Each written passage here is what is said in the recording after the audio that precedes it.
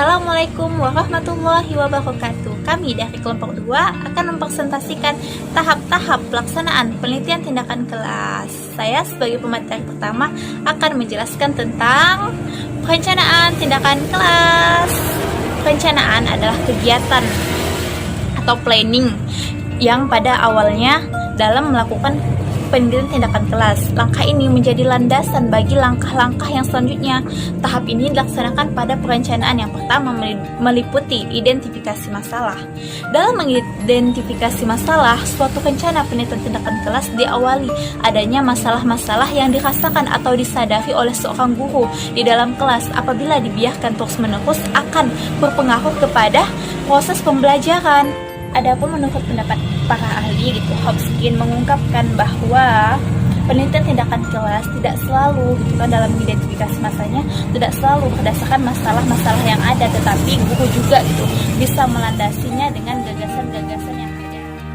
Menurut Sudarsono di dalam bukunya Pedoman Penelitian Tindakan Kelas, ada beberapa pertanyaan yang dijadikan panduan untuk si peneliti dalam mengidentifikasi masalah, yaitu dengan 5W 1H.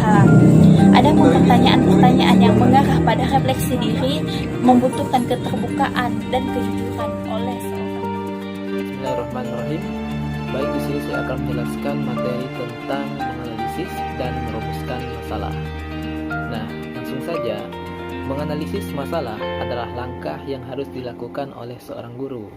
Nah, setelah melakukan identifikasi, kita dapat menemukan beberapa masalah yang terkait dengan kegiatan pembelajaran di kelas. Nah, maka analisis bertujuan.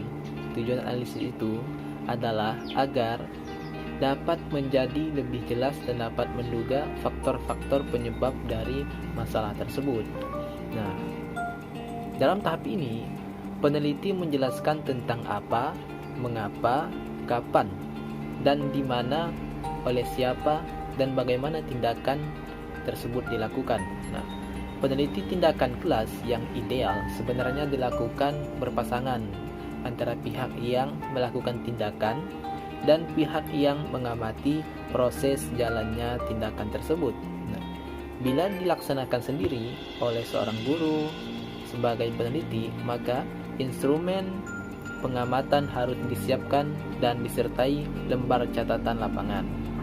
Dalam pelaksanaan pembelajaran, rencana tindakan dalam rangka penelitian dituangkan dalam bentuk rencana pelaksanaan pembelajaran atau disebut dengan RPP. Nah, itu ya, sekian dari penjelasan dari saya tentang menganalisis dan merumuskan masalah. Selanjutnya akan dijelaskan oleh teman saya. Baik, terima kasih. Assalamualaikum warahmatullahi wabarakatuh. Perkenalkan, nama saya Anung. Baiklah, di sini saya akan menjelaskan tentang pelaksanaan penelitian tindakan kelas. Menurut Mu'alimin yang ditulis pada bukunya pada tahun 2014, bahwa pelaksanaan tindakan atau acting merupakan implementasi atau penerapan isi rancangan, yaitu melakukan tindakan di kelas sesuai dengan rencana yang telah disusun pada tahap perencanaan. Sebelum melaksanakan tindakan, perlu melihat kembali apakah rumusan masalah dan hipotesis yang dibuat sudah layak atau belum. Nah, jika sudah layak, maka langkah berikutnya yaitu menyiapkan langkah-langkah pelaksanaan dari PTK.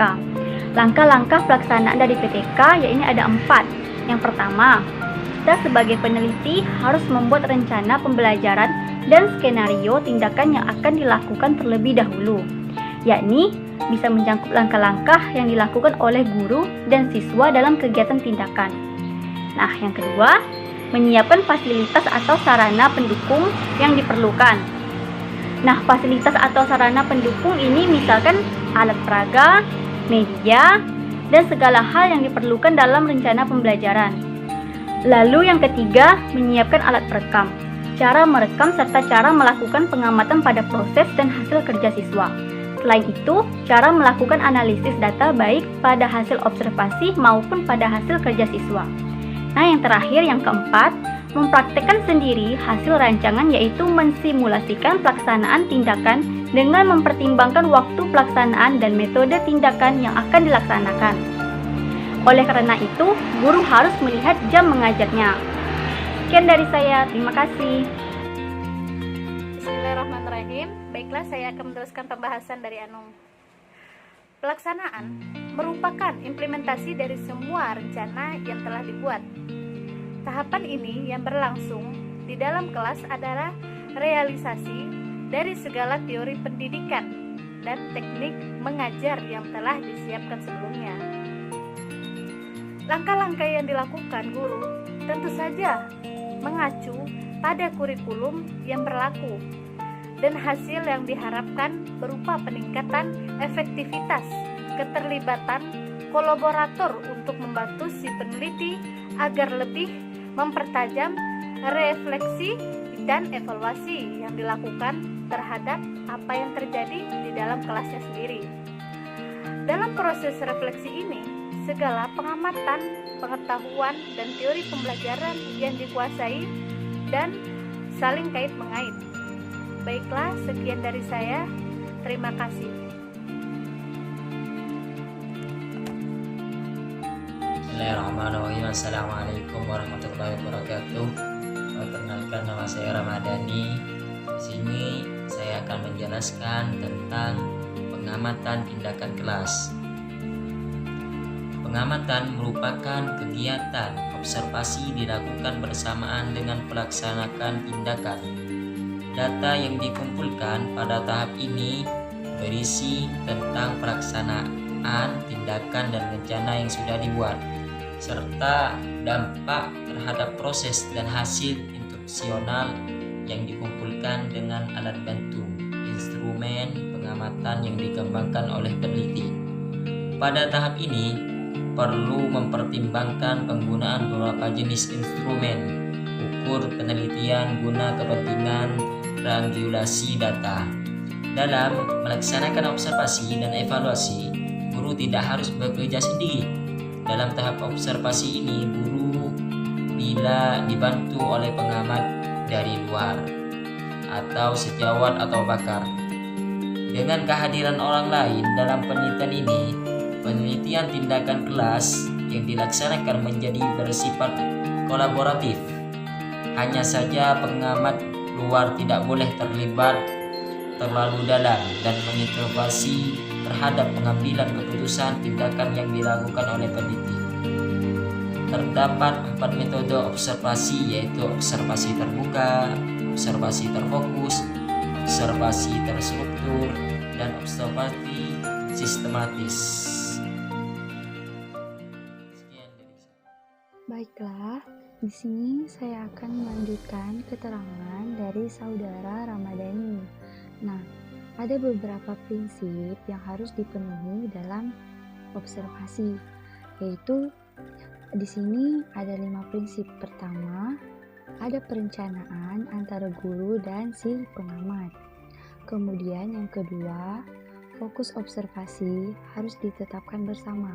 Jadi, guru tidak boleh menetapkan sendiri, tetapi guru harus menetapkan observasi tersebut bersama si pengamat. Kemudian yang ketiga, guru dan pengamat membangun kriteria bersama. Jadi, guru harus bisa membangun kriteria antara guru dan si pengamat tersebut. Kemudian yang keempat, pengamat memiliki keterampilan dalam mengamati. Jika pengamat tidak memiliki keterampilan dalam mengamati, maka si guru harus mencari si pengamat yang lain yang lebih paham dalam mengamati. Kemudian yang kelima, balikan hasil pengamat diberikan dengan segera. Jadi hasil pengamat tersebut jangan sampai ditunda-tunda. Nah, untuk poin kelima ini ada beberapa poin lagi, yaitu keterampilan yang harus dimiliki si pengamat tersebut. Ada beberapa keterampilan yang harus dimiliki si pengamat. Yang pertama yaitu si pengamat menghindari kecenderungan untuk membuat penafsiran sendiri. Kemudian yang kedua, adanya keterlibatan keterampilan antara pribadi. Kemudian yang ketiga, pengamat merencanakan schedule aktivitas kelas. Kemudian yang keempat, umpan balik tidak boleh lebih dari 24 jam. Kemudian yang kelima, catatan harus teliti dan sistematis. Saya kembalikan kepada pemateri selanjutnya. Bismillahirrahmanirrahim. Baiklah, saya akan melanjutkan materi yang telah disampaikan oleh Saudari Rehan, yaitu refleksi tindakan kelas. Refleksi merupakan tahapan untuk memproses data yang didapat saat melakukan pengamatan. Data yang didapat kemudian ditafsirkan dan dicari penjelasannya, dianalisis dan disintesis. Dalam proses pengkajian data ini, memungkinkan untuk melibatkan orang luar sebagai kolaborator, seperti halnya pada saat observasi. Keterlibatan kolaborator ini hanya sekedar untuk membantu peneliti agar dapat lebih tajam melakukan refleksi dan evaluasi. Proses refleksi ini memegang peran yang sangat penting dalam menentukan suatu keberhasilan penelitian tindakan kelas. Dengan suatu refleksi yang tajam dan terpercaya akan mendapatkan masukan yang sangat berharga dan akurat bagi penentuan langkah dan tindakan selanjutnya. Sekian dari saya, terima kasih. Saya akan melanjutkan tentang refleksi. Refleksi yang tidak tajam akhirnya menyebabkan kegagalan suatu penelitian tindakan kelas. Tentu saja kadar ketajaman proses refleksi ini ditentukan oleh ketajaman dan keragaman instrumen observasi yang dipakai sebagai upaya triangulasi data. Terus, observasi yang hanya menggunakan satu instrumen akan menghasilkan data yang miskin. Adapun untuk memudahkan dalam refleksi bisa juga dimunculkan kelebihan dan kekurangan. Setiap tindakan ini dapat menjadikan dasar perencanaan siklus. Selanjutnya, perencanaan refleksi diusahakan tidak boleh lebih dari 24 jam. Artinya, begitu selesai observasi, langsung diadakan refleksi bersama kolaborator. Jadi dapat disimpulkan tentang refleksi merupakan langkah terakhir suatu siklus penelitian tindakan kelas.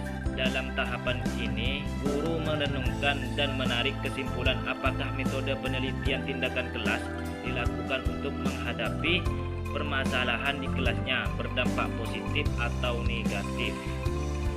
Baik, terima kasih.